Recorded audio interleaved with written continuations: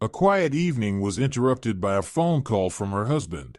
"Hello, honey, that fool won't let us in.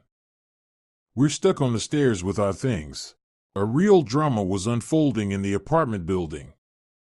The mother-in-law, along with her two grown daughters and a mountain of suitcases, was trying to get into the daughter-in-law's apartment. They had arrived unannounced, intending to stay for a while, not realizing that the homeowner was not as easygoing as she seemed. Alice Price entered her son's apartment as if it were her own property. Without even taking off her shoes, she would head straight to the kitchen to check if it was clean, whether any dishes had piled up in the sink.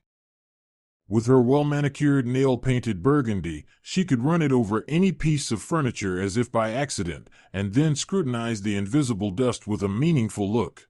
"Oh, Nancy, you should wave that cloth more often. There's so much dust you can hardly breathe. Alex has had allergies since childhood."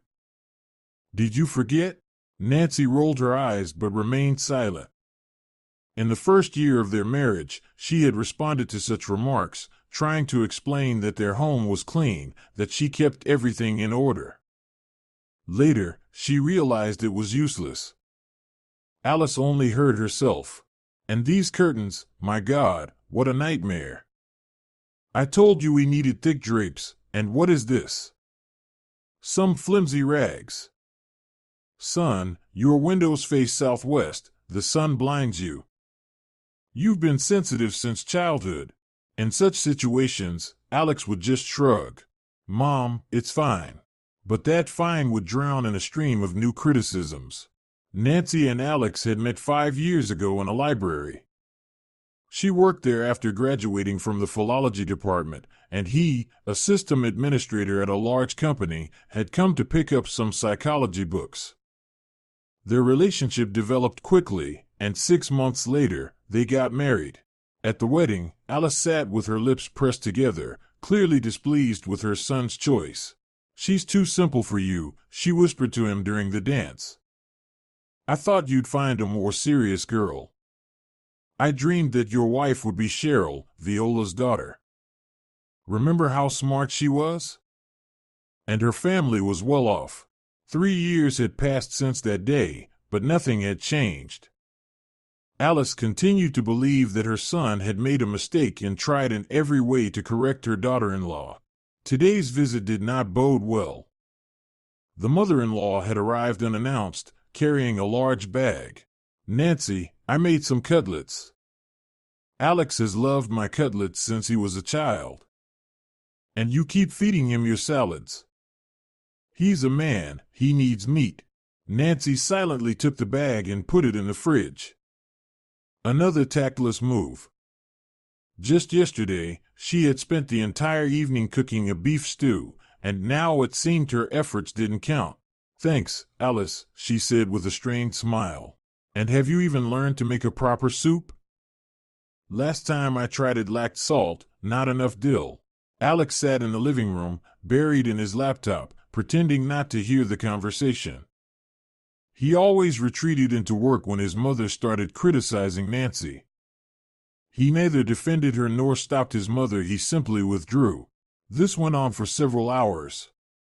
Alice inspected the entire apartment, criticized the new curtains in the bedroom, complained that the towel in the bathroom wasn't the right color, and finally, prepared to leave. "By the way, I was thinking," she said casually, already standing in the doorway. "In a week my girls, Sarah and Paula, are coming. Remember them, Alex? Your cousins. Something's up with their apartment they're renovating, nowhere to stay. So we'll come to you, stay for a bit, maybe 3 or 4 weeks. There's enough space for everyone." Nancy froze, holding a cup in her hands. Her mother-in-law and 2 nieces in their 2-room apartment for a month. "Alice, but we..." she began. "Oh, don't worry, we won't be a bother," the mother-in-law waved it off. "The girls will sleep on the living room couch, and I'll be with you in the bedroom. Or maybe you join them, and I'll sleep with my son. He loved it when I was there as a child." When the door closed behind Alice, Nancy turned to her husband. Did you hear that? She's bringing her nieces here for a month. Alex shrugged vaguely. Well, I think it won't be for long. She said, for a month. Nancy raised her voice. For a month, your mother will be here bossing me around and criticizing every move I make. And 2 more of her copies. No, Alex, no. Nancy, why are you getting worked up? Her husband tried to calm her. This is my mom and my sisters. I can't refuse them. I can. Nancy slammed her cup on the table so hard that the tea spilled. I can refuse them. This is my home too, and I have the right to decide who will live here. That evening ended with the first serious quarrel in their family. Nancy shouted that she could no longer tolerate her mother-in-law's intrusive interference in their lives, that Alex finally had to choose mother or wife. Alex stayed silent and then simply went to sleep on the living room couch. In the morning, he acted as if nothing had happened. As he was getting ready for work, he kissed his wife and said, "Everything will be fine, Nancy. Mom is just caring." "That's not caring, it's control," Nancy replied quietly. "And I don't want to live like this anymore." Alex just sighed and left, slamming the door loudly. All day Nancy thought about the situation. She recalled all the humiliations she had endured from her mother-in-law over the years, how Alice, in front of guests, pointed out that the tablecloth was laid incorrectly, how she rearranged things in the cupboards her way, how she once threw away Nancy's favorite mug, saying that such tasteless items shouldn't be kept in the house. During her lunch break, she called her friend. "Mindy, I can't take it anymore. Now she wants to bring her nieces here for a month. A month of this hell. I'm going to lose my mind." "And Alex?" Mindy asked. "And what about Alex?" "He's the same as always, it's my mom. You have to put up with it." "Listen," her friend said thoughtfully. "Why do you put up with it?" "Set clear boundaries." "How?" "Start small. For example, change the locks. Don't let your mother come over whenever she feels like it." The idea stuck in Nancy's mind. Yes, that was a solution. She would get home before Alex, call a locksmith, change the locks, and then have a serious conversation with her husband. No sooner said than done. By evening, a new lock adorned their door, and the old keys lay in a box. When Alex came home from work, Nancy handed him the new key. "What's this?" he asked, surprised. "A new key for the new locks," Nancy replied calmly. "Sit down, we need to talk." They sat at the kitchen table. Nancy took a deep breath. "Alex, I love you, but I can no longer tolerate how your mother interferes in our lives. I changed the locks, and here's the new rule. No one, do you hear, no one enters our home without both of our consent. Neither your mother, nor her nieces, no one. If they want to visit, we discuss it together and make a decision together." Alex looked at her in surprise. "Are you this upset over yesterday, Nancy?" "It's just a visit from relatives." "No, Alex, it's not just a visit. It's an intrusion. And I will no longer allow your mother to boss me around in my home." "In our home." Her husband shook his head. "All right, I understand. I'll talk to Mom." "No," Nancy said firmly. "I will talk to her myself and explain the new rules." At that moment, Alex's phone rang. The screen showed it was his mother. "Yes, Mom," he answered. "What? Tomorrow? Okay. I understand." He cast a guilty glance at Nancy. "They're coming tomorrow. Mom and both sisters. With suitcases. For a month." Nancy went pale. "Did you tell them they can't?" "I didn't have time. They've already bought tickets." Nancy stood up decisively. "Then I'll tell them right now." She dialed her mother-in-law's number. "Alice, good evening." "Nancy, yes." "Listen. She took a deep breath. Alex and I discussed your visit, and unfortunately, we cannot host you and your nieces for a month. Our apartment is too small for 5 people. Also, I work from home. Nancy began, but Alice's outraged voice came through the line. What do you mean you can't? This is my son's house. I have every right to come to him whenever I want and with whoever I want. Give me Alex. No, Alice, Nancy replied firmly. This is our shared home, and Alex and I have a new rule. No one comes without both of our consent. If you want to visit us, of course, but only for a short time and by prior arrangement. You. Began the mother-in-law, but Nancy didn't let her finish. Goodbye, Alice. I hope you understand. She hung up. The phone immediately rang again, but Nancy didn't answer. A minute later, Alex's phone rang. Don't answer it, Nancy asked. Please. Alex reluctantly nodded and silenced his phone. Nancy, do you realize what's going to happen now? She's going to lose it. I know. But I can't live by her rules anymore. Either we set boundaries now, or... She didn't finish, but Alex understood. All evening, the phones were blown up with calls from Alice. She sent messages threatening, pleading, accusing. Then she started calling from other numbers. Alex and Nancy turned off their phones and went to bed in tense silence. The next morning, Nancy received a message from her mother-in-law. We're coming today at 4 p.m. Be ready. Or we'll come ourselves. Alex has the keys. She showed the message to her husband. You don't have the old keys anymore, Nancy reminded him. The locks have been changed. Nancy, maybe we should still. Alex began, but stopped when he saw his wife's determined look. No. I won't open the door today, tomorrow, or next week until they understand that you can't treat people this way. What should we do? Alex asked, bewildered. You go to work, Nancy replied calmly. I'll be home, and I won't open the door. Alex left for work with a heavy heart, while Nancy began preparing for war. She methodically planned everything, disconnected the doorbell, brewed herself strong tea, and took out her noise-canceling headphones, a gift from Alex on her last birthday. She knew confrontation was inevitable and was mentally preparing herself. At exactly 4 p.m., her phone erupted with a call. The screen showed an unknown number, but Nancy knew exactly who it was.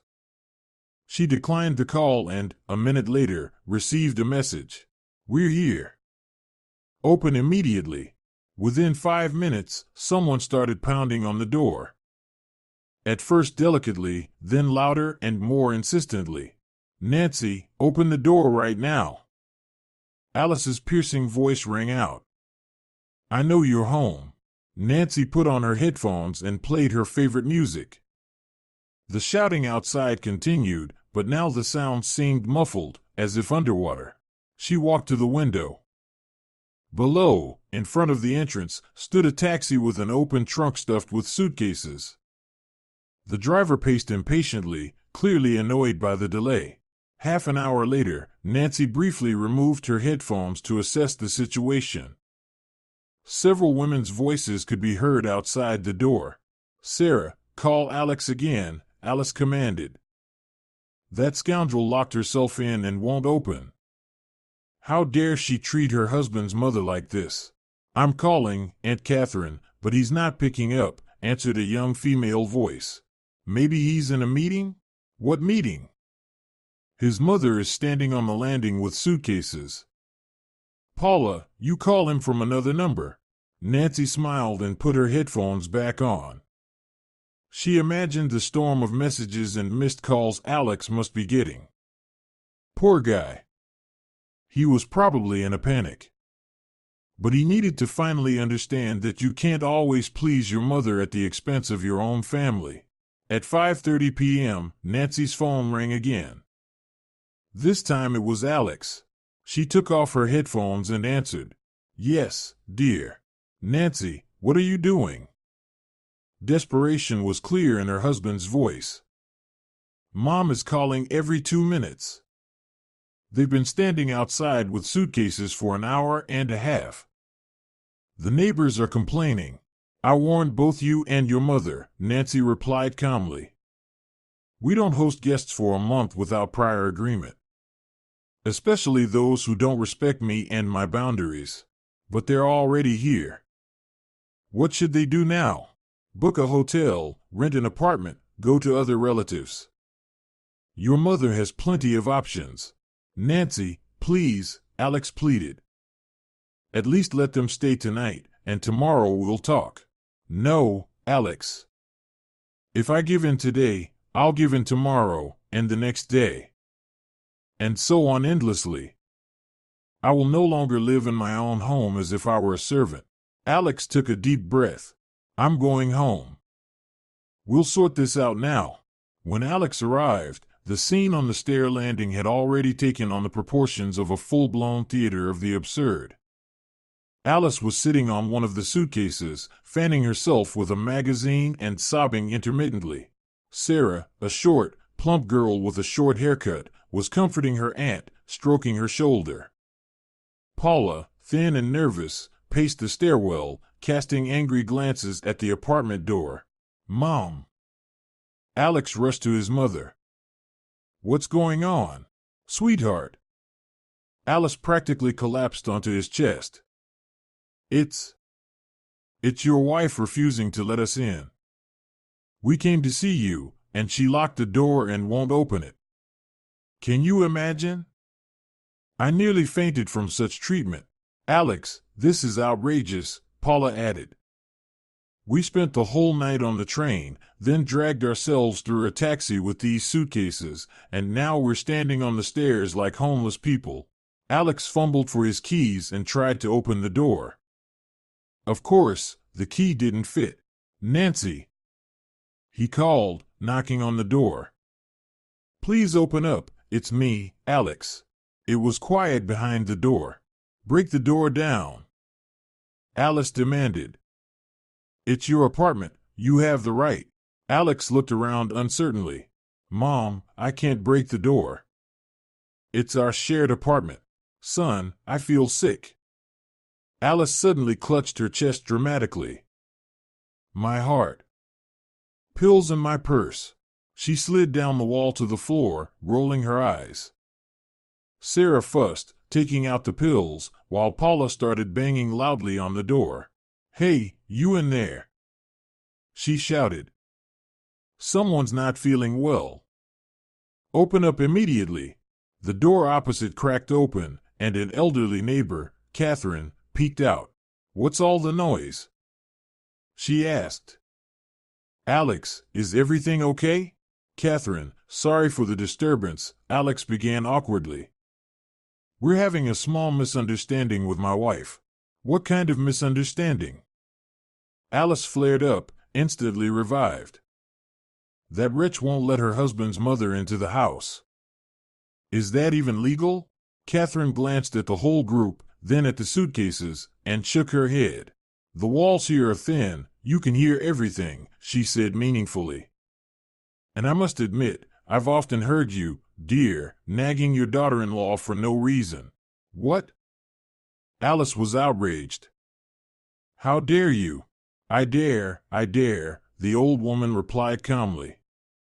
Here's what I'll say. If you barge into someone else's monastery with your own rules, don't be surprised if they sweep you out with a broom. With that, she closed the door, leaving Alice gasping with indignation. See what you've caused. She lunged at her son. Even the neighbors are against us now. Alex nervously ran his hand through his hair. Mom, let's calmly discuss everything. Nancy clearly said yesterday that she can't host you for a month. Maybe you could stay in a hotel for a couple of days, and then... In a hotel? Alice exclaimed as if someone had suggested she sleep in a ditch. Are you out of your mind? I'm your mother. I raised you, fed you, kept you up at night. And now I'm supposed to wander from hotel to hotel because your little wife feels like it? Paula approached her brother and took his hand. Alex, are you really going to let this woman treat your family like this? We're your blood, and who is she? She's been in the house for 2 years and already calling the shots. Alex found himself caught between two fires. On one side his mother and sisters, who had raised him and been by his side his whole life. On the other his wife, whom he loved and planned to spend the rest of his life with. I don't know what to do, he admitted, lowering his head. Alice immediately changed tactics. Sweetheart, she spoke plaintively, don't you understand what's happening? She's cutting you off from your family. Today she won't let your mother in. Tomorrow she'll make you stop seeing your sisters, then your friends. This is pure manipulation. Another neighbor, George from the 5th floor, appeared on the landing. What's all this commotion? He asked irritably. People come home from work to relax, and here are screams across the entire building. Sorry, George, Alex began, but Alice interrupted him. It's none of your business. We're talking with my son. George squinted. Listen, lady, 5 more minutes of this concert and I'm calling the police for disturbing the peace. Understood? Alice opened her mouth, but Alex quickly intervened. Understood, George, we'll sort it out now.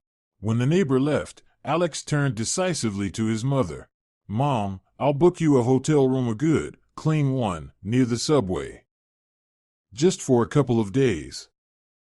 Then we'll discuss everything with Nancy. What? Alice clutched her chest again. You're betraying your own mother for this. Mom. Alex raised his voice. I'm not betraying anyone, but I can't let you spend the night on the stairs. And Nancy won't open the door, I know her. So there's no choice. Alice pursed her lips and turned away. Sarah approached her brother. Alex, maybe you should come to the hotel with us. We can have a family talk, without. She gestured meaningfully toward the apartment door. Alex rubbed his face wearily. Let's just go now. I'll find you a room, and then we'll deal with all of this. Reluctantly, with numerous comments and sighs, Alice and her nieces packed their things. Before leaving, Alice approached the apartment door and said loudly, Remember this day, Nancy. You've declared war on the wrong person. Alex winced and pulled his mother by the hand. Mom, let's go. Once they left, the hallway finally fell silent. Nancy took off her headphones and listened. After making sure no one was around, she approached the window and saw Alex getting his entourage into a taxi. Alice was angrily lecturing him, waving her hands. Nancy felt a strange mix of relief and anxiety. She had won the first battle, but the war was just beginning. And the hardest part was still ahead, a conversation with Alex. The clock showed 7:45 p.m. when the front door opened and Alex entered the apartment. He looked exhausted and aged. I settled them in a hotel, he said instead of greeting her. 200 meters from the subway, clean rooms, breakfast included. Very nice. Mom, of course, said it smelled like mold, and Paula found a stain on the bedspread, but they have no choice. Nancy listened silently, not interrupting. Nancy, I understand you, Alex continued, sinking heavily onto the couch. Really, I do. Mom can be difficult, but she's my mother, and those are my sisters. Couldn't we have at least let them stay one night? No, Alex, we couldn't, Nancy answered firmly. Because one night would have turned into a month, and that month would have been hell. Your mother doesn't respect me or our home. She thinks she has the right to boss things around here just because you're her son. But I have rights too. I'm your wife, and this is our shared home. Alex drummed his fingers nervously on the armrest. Do you know what she told me on the way to the hotel? That you've bewitched me. That no decent son would ever let his wife treat his mother that way. And what did she say about how she treats me? Nancy asked. How she calls me clumsy and useless at every turn. How she rearranges things in our house, throws out my things just because she doesn't like them. Alex remained silent. See? Nancy said bitterly. You don't even notice it. It's normal for you, but I can't and won't put up with it anymore. They sat in silence for a long time, each lost in their own thoughts. Finally, Alex asked, So what now? Now we have two options, Nancy replied calmly.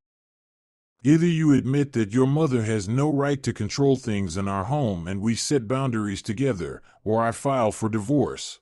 Alex flinched as if he'd been struck. Divorce? Over this? Not over this, Alex. Over the fact that you don't respect my feelings and my boundaries. Over the fact that your mother's wishes matter more to you than your wife's comfort. Alex got up and paced the room nervously. Nancy, let's not make hasty decisions. I love you. And I love my mom too. Can't we find a compromise? There's already a compromise, Nancy replied. Your mother can visit us by invitation, briefly, and with respect for the lady of the house, that is, me. No unannounced intrusions, no criticism, no instructions on how I should run the household. Alex pondered, then slowly nodded. All right. I'll talk to her tomorrow. I'll explain that this can't continue. No, Nancy shook her head. We'll talk to her together. I want you to support me in front of her, not just in private. Alex looked at his wife uncertainly. She's going to be furious. Maybe. But it's the only way to change the situation. They agreed to meet Alice Price the next day at a cafe in neutral location. Alex called his mother to inform her of the meeting, carefully avoiding details of the upcoming conversation. The evening ended in tense silence. Alex went to sleep again on the living room couch, while Nancy lay awake in the bedroom for a long time, replaying the day's events in her mind and preparing for tomorrow's battle. She understood that Alice would not give up without a fight. And the hardest choice still lay ahead for Alex between the mother who raised him and the wife with whom he had chosen to build a family. Nancy hoped her husband would make the right choice. Because otherwise, their marriage might truly come to an end. The next morning began with the piercing trill of the phone. Alice, having spent a sleepless night in what she dubbed the Roach Motel, a perfectly decent hotel, began her attack promptly at 7:30. Alex, have you gone mad? She thundered into the receiver. What do you mean, a meeting at a cafe? I'm your mother, not a business partner. We're coming over, and you will personally open the door with your key. Alex sat in the kitchen, clutching the phone with pale, tense fingers. Nancy silently prepared breakfast, pretending not to hear the conversation, but mentally bracing for the next wave of confrontation. Mom, we agreed, Alex said wearily. At 12, at the cafe. That's where we'll talk. I'm not going to any cafe. Alice snapped. It's humiliating for me, like a beggar, to meet my own son in a public place. Mom, please. No, please. We're leaving, and we'll be at your place in an hour. And if your wife doesn't open the door again, I'll call the police. Alice hung up without waiting for a response. Alex looked at Nancy with resignation. They're coming. Mom is threatening to call the police. Nancy calmly set a plate of scrambled eggs in front of him. Let her call. What's she going to say? Help, my daughter-in-law won't let me stay in her apartment for a whole month. Nancy, you don't understand. She could say all sorts of things, that you're holding me hostage, that you're threatening her. Alex, Nancy placed her hand on his shoulder, just because you're afraid of your mother doesn't mean I have to be. I'm not doing anything illegal. This is my home, and I have every right to decide who enters it. They had breakfast in oppressive silence. Alex kept glancing at the clock, nervously tapping his fork on the edge of his plate. Nancy appeared calm outwardly, but inside she was tightening with the anticipation of another storm. At 8:47, the intercom rang. Then again. And again. Someone was persistently pressing the call button. It's them, Alex said resignedly. Don't open it, Nancy said firmly. Just ignore it. The ringing stopped, but 5 minutes later, fists began pounding on the apartment door. Alex, Nancy, open up immediately. Alice's voice called out. I know you're home. Nancy approached the door. Alice, we agreed to meet at the cafe at 12. That's where we'll talk. No cafes. The mother-in-law screamed. Open the door now, or I'll call the police. Go ahead, Nancy replied calmly. Explain to them why you're breaking into someone else's apartment without an invitation. A brief argument could be heard behind the door. Sarah said something quietly to her aunt, who snapped back. Then the pounding resumed. Nancy, it's Sarah, a calmer voice said. Let's still talk. Aunt Catherine is very upset. She's not feeling well. At 12 at the cafe, Nancy repeated. We'll discuss everything there. Nancy, open the door immediately. Alice pressed on. I want to talk to my son. Alex, are you there? Tell your wife to let your mother in. Alex approached hesitantly. Mom, please, let's meet as we agreed. I need to work right now. I have an online meeting in. Work? Alice flared up. When your mother is standing at the door? What's wrong with you, Alex? What have you turned into? Nancy took her husband's hand and guided him away from the door. Go to the room, she said quietly. Start your meeting, I'll handle this. Alex gave his wife a grateful look and went into the living room, closing the door behind him. Nancy returned to the front door, behind which her mother-in-law's lamenting had not ceased. Alex has a work meeting. I'm asking you to leave and not disturb him. At 12, we'll meet and discuss everything. Don't tell me what to do. The mother-in-law barked. I have the right to see my son whenever I want. No, you don't, Nancy replied firmly. Alex has his own life, his own family, and his own work. And if you truly care about him, you won't interfere with his ability to earn a living. These words seemed to cool Alice's temper a bit. Behind the door, muffled conversation could be heard again, followed by a disgruntled snort. Fine, the mother-in-law finally hissed. At 12 at this cafe of yours. But mark my words, Nancy, this will be a serious conversation. Footsteps receded, and silence finally settled in the hallway. Nancy leaned against the door, feeling her heart pounding. She had won this skirmish, but the main battle was still ahead. At 11:45, she and Alex left the house, heading to a small, cozy cafe a couple of blocks away. Alex was silent the entire way, lost in thought. What are you thinking about? Nancy asked, linking her arm with his. About being caught between a rock and a hard place, he said with a sad smile. Mom has always been domineering, but it didn't bother me as much before. Now I feel torn apart. Nancy squeezed his hand tighter. I'm not asking you to choose between me and your mother. I'm only asking for respect for our family and our home. Alex nodded, but worry was clear in his eyes. Alice, Sarah, and Paula were already waiting for them at the cafe, having taken a table by the window. Seeing her son, Alice's face lit up, but it darkened again as she noticed Nancy. Sweetheart. She stood to meet him, opening her arms. I'm so happy to see you. Alex hugged his mother awkwardly, then nodded to his sisters. They all sat down at the table, and the waitress took their order, 5 cups of coffee and pastries. As she walked away, Alice immediately went on the offensive. So, Alex, I want to know what's going on. Why doesn't your wife let me into your house? And why do you allow it? Alex cleared his throat. Mom, this is our shared home, mine and Nancy's, and we decide together who can be in it and when. Alice snorted. Shared. You paid for it. You bought it before you even met her.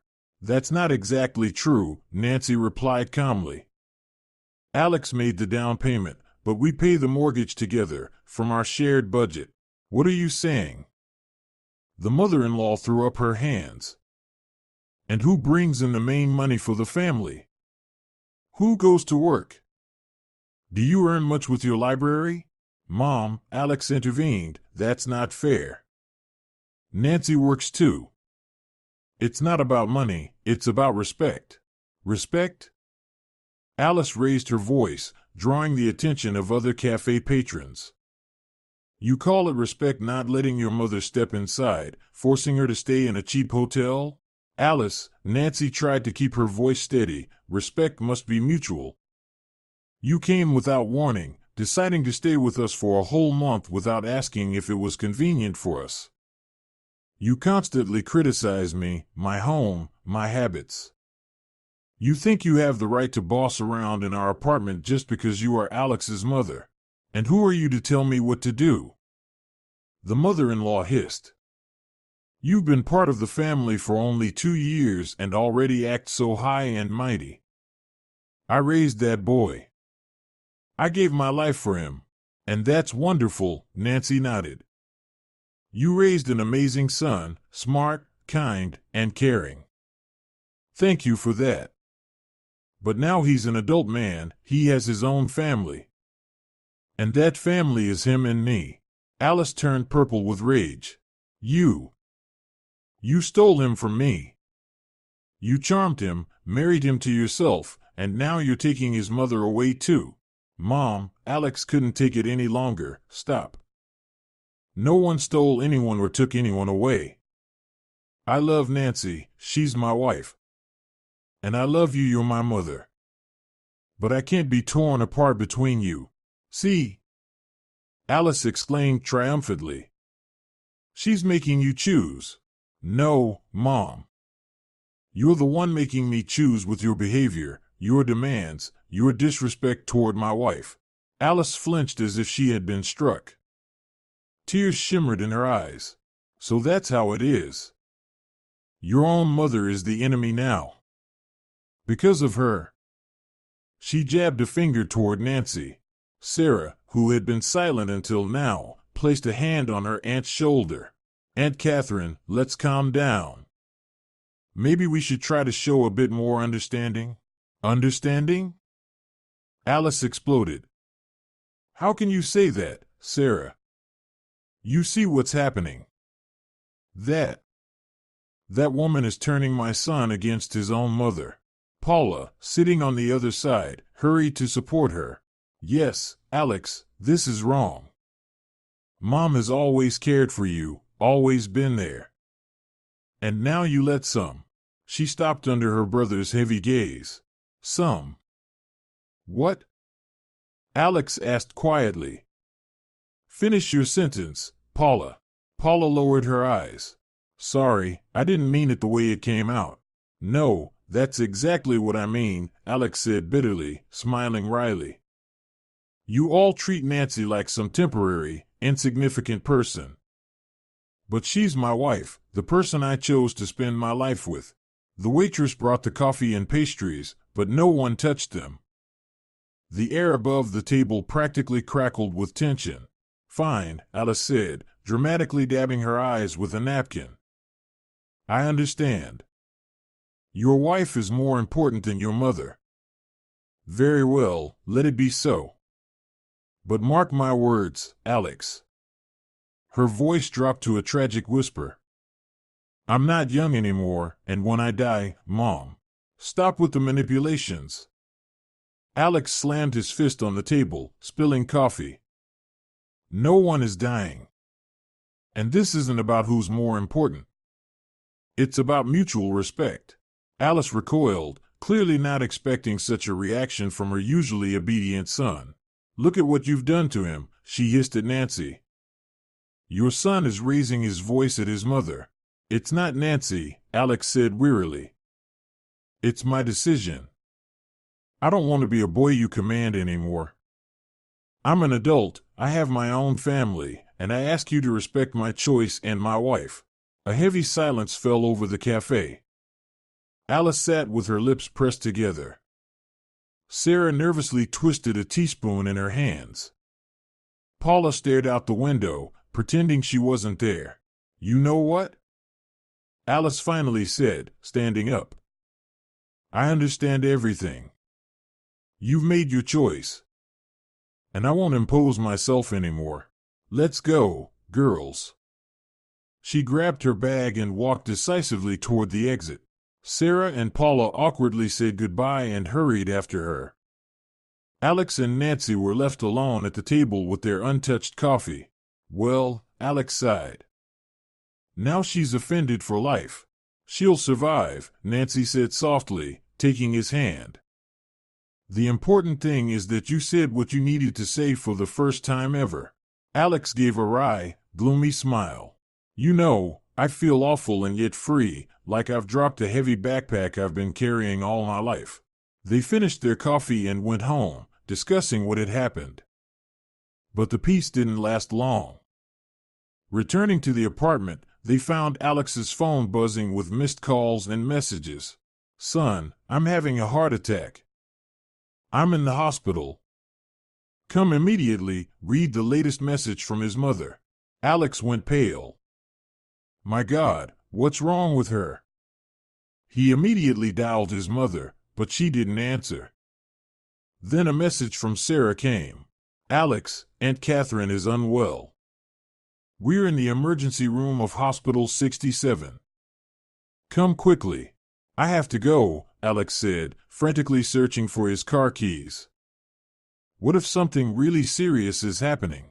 Nancy nodded silently. She doubted the sincerity of her mother-in-law but understood her husband's concern. Of course, go. Do you want me to come with you? No, Alex shook his head. If she's really unwell, your presence will only make it worse. He got ready quickly and left. Nancy stayed alone in the apartment, filled with an uneasy mix of worry and suspicion. What if this was just another trick by Alice? What if she was only trying to separate her from Alex? The hours dragged painfully slowly. Alex didn't call. He replied briefly to messages. Waiting for the doctor. Doing an ECG. Everything's fine, just nerves. At 7:30 p.m., Nancy couldn't wait any longer and called herself. How's your mom? She asked, trying to make her voice sound genuinely concerned. Alive and well, Alex replied irritably. Nervous breakdown, according to the doctor. No heart attack. The girls will take her back to the hotel soon, and I'll be home shortly. Nancy exhaled in relief. Good. I was waiting for news. I was worried. You know, Alex paused. I think I'm starting to understand what you were talking about. All of this is abnormal. Mom always did this, pressed on pity, manipulated guilt, and I always gave in. It's not your fault, Nancy said gently. You just love your mom and worry about her. Is that normal? Yes, but there's a difference between care and manipulation. And only now am I starting to see that line. Nancy smiled. Maybe something good will come out of this story? Maybe you'll finally grow up and learn to set boundaries not only with your wife but also with your mother. Alex returned late, tired and thoughtful. They had dinner in silence, exchanging only brief phrases. It seemed they were both processing the day's events, not ready for new emotional outbursts. The next morning, as they were having breakfast, there was a knock at the door. Nancy and Alex exchanged glances. Are you expecting someone? Nancy asked. Alex shook his head and went to open it. On the doorstep stood a local police officer. Hello, he said, showing his badge. Captain Smith. We received a complaint from Alice claiming that her daughter-in-law, that is you, he nodded to Nancy, is holding her son against his will and preventing him from seeing relatives. May I come in? Alex and Nancy stared at each other in shock, then stepped aside, letting the officer into the apartment. Sorry, but this must be a mistake, Alex began. No one is holding anyone. I live here with my wife of my own free will. Captain Smith glanced around the neat apartment. I understand, but a complaint was filed, and I am obliged to respond. Citizen Alice Price claims that her son, that is you, he addressed Alex, is under psychological pressure from his spouse, who turns him against his mother and prevents her from seeing him. Alex laughed nervously. That's not true. My mother is just emotionally. She's used to controlling my life and can't accept that I've grown up and started my own family. The officer nodded understandingly. Family conflicts are complicated, but since you confirm that you are here voluntarily and there is no violence, there shouldn't be any problem. I just need to file a report to close the complaint. While the officer filled out the paperwork, Nancy's phone rang. She glanced at the screen, an unfamiliar number, and declined the call. But a minute later, the phone rang again. "Excuse me," she said, answering. "Hello, Nancy? Good afternoon. This is Gregory Wright, attorney for Alice Price. I'm calling to notify you of an upcoming lawsuit." "What lawsuit?" Nancy asked, taken aback. "My client believes that you are exerting a destructive influence on her son, preventing their communication and violating her parental rights. She intends to seek a court ruling to ensure you do not obstruct their meetings." Nancy nearly laughed at the absurdity of the situation. Alex is 32 years old. What parental rights? He's an adult.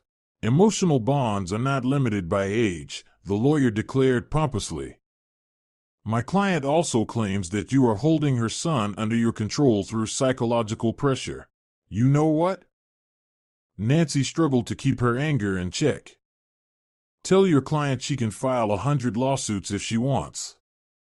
It won't change a thing. And also tell her that I'm considering a counterclaim for defamation and psychological pressure on our family. She hung up and turned to the police officer, who was already finishing up the paperwork. Trouble? He asked, noticing her state. My mother-in-law is hiring a lawyer, Nancy said bitterly, smirking. She wants to sue me for keeping her from seeing her son. Captain Smith shook his head. That's her right, of course, but such cases rarely have any prospects, especially when it involves an adult making their own decisions. In any case, everything's fine on my side. If there are more complaints, we might have to trouble you again. When the officer left, Alex sank onto the couch, exhausted. I can't believe it. She called the police, and now a lawyer. This is beyond the line. Nancy sat down next to him and put her arms around his shoulders. She just can't accept losing control. But you shouldn't feel guilty. Alex shook his head. I don't feel guilty. I feel ashamed that my mother behaves this way, and angry that she's trying to destroy our family. At that moment, the doorbell rang again. Nancy and Alex exchanged glances. Who is it now? Alex sighed as he got up. At the doorway stood Alice, alone, without her daughters. Pale, eyes red, but with a determined expression. Mom, Alex said in surprise. What are you? Don't say anything, Alice interrupted. I came to tell you both only one thing. She paused dramatically. I tried to be kind, tried to resolve everything peacefully. Didn't work. So now it's going to be my way. She stepped forward, and Alex instinctively stepped back, letting her into the apartment. Nancy tensed, preparing for another attack. Alice, please, let's not. Shut up, her mother-in-law cut her off. I'm not talking to you, Alex. She turned to her son. You're my child. I gave birth to you, raised you, gave you everything, and I won't let some upstart destroy our family. Mom, stop, Alex said wearily. No one's destroying anything. I just have my own family now, Nancy. Family? Alice exclaimed. That's not a family, that's a temporary fling. You're just confused, son. But I'll help you. I'll fix everything. With that, Alice approached the front door and suddenly pulled some kind of metal object from her bag. Alex and Nancy watched in shock as the mother-in-law decisively inserted it into the lock. "What are you doing?" Alex shouted, rushing toward his mother. "What I should have done a long time ago," Alice replied with a nervous laugh. "If she changes the locks, so can I," a crack echoed. The mother-in-law forcefully turned the pick in the lock, completely damaging the mechanism. Now the door couldn't be opened or closed properly. "Mom!" Alex grabbed her hand. "Are you out of your mind? This is property damage. I don't care." Alice yanked her hand free. "Now you can't go anywhere. You'll listen to me." Overcoming the initial shock, Nancy decisively moved toward the phone. "I'm calling the police," she said calmly. "This is no longer a family dispute, it's deliberate property damage. Call them, call them." The mother-in-law laughed hysterically. "You think I'm afraid? I'll tell them everything. How you're controlling my son. How you're turning him against his own mother." Alex grabbed his head. "God, Mom, what's happening to you? I don't recognize you. You never used to." Alice pointed a finger at Nancy. "She destroyed everything. Everything." At that moment, the neighbor Catherine peeked out from the apartment across the hall. "What's all this commotion again?" she asked irritably, but seeing the broken lock, she fell silent. "My God, what on earth is happening?" "Alex, call the police. This is out of control." "Mind your own business," Alice snapped. "This is a family matter." "Breaking locks is not a family matter, it's hooliganism," Catherine countered. "And I've recorded everything." She waved her phone. "As soon as I heard your shouting, I started filming, just for the record." Alice paled, realizing her actions could have serious consequences. She shot a pleading look at her son. "Alex, tell them I have the right." "I'm your mother." Alex shook his head slowly. "No, Mom, you do not have the right to break our door, and you do not have the right to treat my wife like that. And if you can't understand that, I'm very sorry." Alice staggered as if he had struck her. Neighbors were already gathering on the landing, drawn by the noise. Meanwhile, Nancy calmly spoke to the police on the phone, explaining the situation. "They're on their way," she said, ending the call. "Alice, I advise you to wait for them to arrive. Leaving the scene will only make things worse." The mother-in-law collapsed onto the stair steps, exhausted. Her face showed a mix of anger, fear, and confusion. Nothing was going according to her plan. She had intended to intimidate and dominate, but instead found herself in the role of the offender.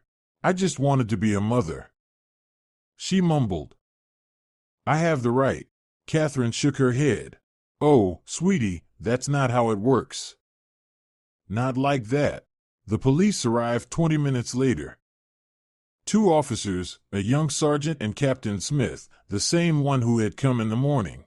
"You again," the captain said in surprise, seeing Alex and Nancy. "What's it this time?" They explained the situation. Catherine added her own contribution, showing the video clearly capturing Alice deliberately damaging the lock. "I see," Captain Smith shook his head. "Citizen Alice Price, this is serious. Damaging someone else's property is an administrative offense, and given the circumstances, it can also be treated as hooliganism." Alice raised her head indignantly. "How dare you? I'm a respected person, a teacher with 40 years of experience. All the more reason to understand that the law is the same for everyone," the captain replied calmly. "Let's go to the station to file the report." "I'm not going anywhere." Alice clung to the railing. "Alex, don't let them. Tell them I'm your mother." Alex sighed wearily. "Mom, you did this yourself, and you'll have to take responsibility for your actions. I'll pay the fine if needed. But this cannot continue." After long negotiations and threats, Alice finally agreed to go to the police station. Captain Smith asked Alex and Nancy to come as well to give their statements. The whole procedure took several hours. Alice received an administrative fine for property damage and an official warning. She sat in the station corridor, lost and dejected, no longer resembling the formidable mother-in-law who had threatened lawsuits just that morning. When the formalities were over, Alex approached his mother. "I'll call you a taxi to the hotel," he said quietly. "You're abandoning me?" She asked bitterly. "No, Mom, I'm just setting boundaries. You cannot live in our house for a month. You cannot boss my wife around. You cannot decide for me how I should live." Alice was silent for a long time, then quietly asked, "What if I promise to behave differently?" Alex gave a sad smile. "Mom, we both know that will only be temporary. You won't change overnight. And neither will I. Nancy and I have decided it's better to keep our distance for now. Maybe over time." "Over time you'll forget me completely," Alice said bitterly. "That's her influencing you. That's your mother." Alex raised his voice. "Stop. It's precisely because of words and attitudes like that we're here now. Either you start respecting my choices and my wife, or you really risk losing your son." These words seemed to finally reach their mark.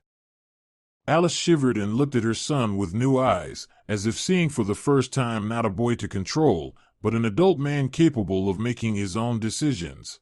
I didn't mean to," she mumbled. "He was just my boy. Always. I'll always be your son," Alex said gently. "But I'm also Nancy's husband, and you have to accept that." The taxi took Alice to the hotel, where worried Sarah and Paula were waiting for her. Alex and Nancy returned home and called a locksmith to fix the broken lock. The evening ended in tense silence. Both were exhausted by the day's events. The next morning, Alex called his mother. "How are you?" he asked. "Alive?" "Alive," Alice replied tersely. Alex sighed. "Old habits don't disappear overnight. Mom, stop.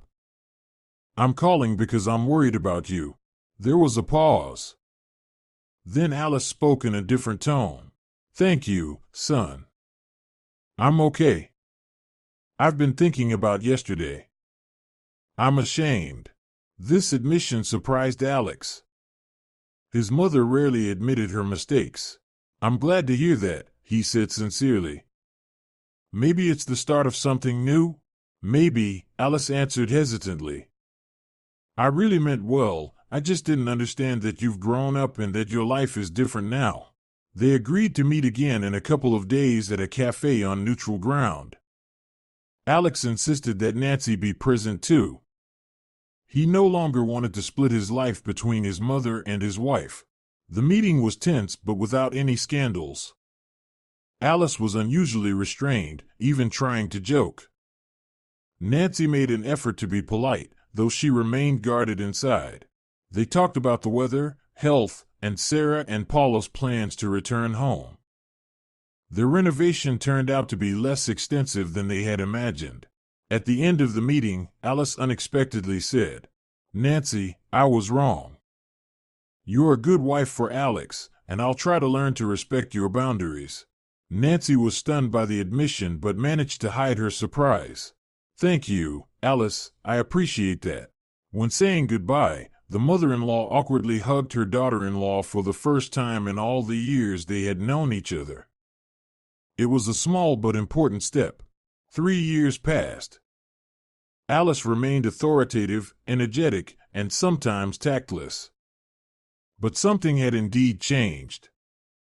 Now she called a week, sometimes 2, in advance before visiting, asking if it was convenient for Nancy and Alex to receive her. She stayed in a hotel rather than their apartment, and tried, with varying success, to restrain her critical remarks. Nancy had learned to calmly react to the rare outbursts of her mother-in-law, understanding that they stemmed not from malice, but from habit and insecurity, a habit of a grown woman losing control over her child's life. Alex no longer flitted between the two women in his life, trying to please both.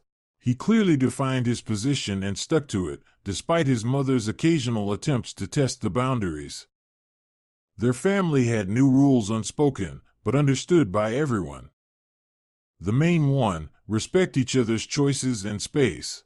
That Saturday morning, when Alice arrived for her usual monthly visit, Nancy greeted her with a genuine, effortless smile. "Hello, Alice, come in. Alex will be back from the store soon."